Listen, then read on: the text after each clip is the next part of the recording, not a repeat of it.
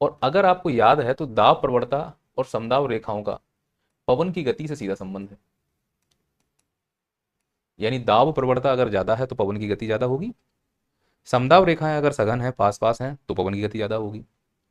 तो पवन यानी हवा तेज चल रही है, इसका मतलब या तो समदाब रेखाएं पास हैं, और अगर समदाब रेखाएं पास हैं तो निष्कर्ष निकलेगा कि दाब प्रवणता बल ज्यादा काम कर रहा है।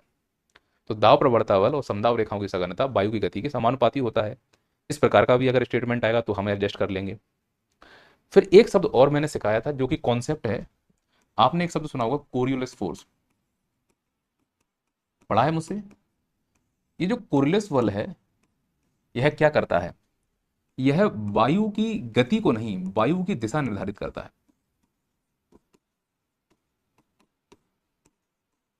वायु की दिशा का निर्धारण करता है, गति नहीं। और सबसे अच्छी बात यह है कि पवन की गति का समानुपाती संबंध होता है कोरियोलिस बल से। यानी पवन की गति जितनी ज्यादा है, कोरियोलिस बल उस पर उतना इंपैक्ट डालेगा। और कोरियोलिस बल का मैंने आपको फॉर्मूला बताया था कि कोरियोलिस बल force is equal to 2v into sine theta. और जब मैं बोला हूं थीटा तो इसका मतलब है अक्षांश, ऐसा समझ चुके हैं हम लोग। अगर मैं बोलूं 0 डिग्री का थीटा तो इसका मतलब 0 डिग्री अक्षांश, 90 डिग्री तो बोलूँ 90 डिग्री अक्षांश। अब एक एज्यूम करो कंडीशन कि C F is equal to 2v की वैल्यू कुछ भी पुट कर लेते हैं 100 इंटू साइन थीटा की वैल्यू सपोज करो 0 डिग्री अक्षांश। देन फाइनल वैल्यू क्या आएगा? C F is equal to 0। इसका मतलब है कि 0 डिग्री अक्षांशों के पास कोरियोलिस बल शून्य होता है। भाई जब कोरियोलिस बल शून्य होता है तो पवन की गति तुम कितना भी बढ़ा लो, क्या वहां पर कोई इंपैक्ट पड़ेगा? नहीं। तो पवन की गति केवल बढ़ाने से कोरियोलिस बल पर उस पर इंपैक्ट डाले, ऐसा नहीं हो सकता। कोरियोलिस बल का भी कुछ इंपैक्ट होना चाहिए।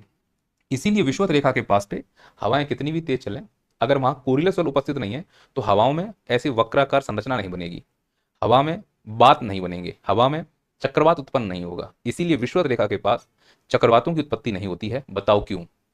क्योंकि विषुवत रेखा के पास सी एफ का मान शून्य होता है, क्योंकि वहां थीटा की वैल्यू शून्य मान ली जाती है। जैसे जैसे हम विश्व से ध्रुवों की ओर जाते हैं तो थीटा की वैल्यू बढ़ती जाती है। अब इमेजिन करो कि 90 डिग्री पर थीटा की वैल्यू हाई है 90, लेकिन वहां पर हवाएं अनुपस्थित हैं, तो क्या 90 डिग्री पर चक्रवात बनेगा? जवाब है नहीं। और अब इमेजिन करके देखो कि अगर 90 डिग्री पर तेज हवाएं हैं और सी एफ की वैल्यू भी हाईएस्ट है, तो वहां पर जो बनेगा वो चक्रवात वॉर्टेक्स कहलाएगा।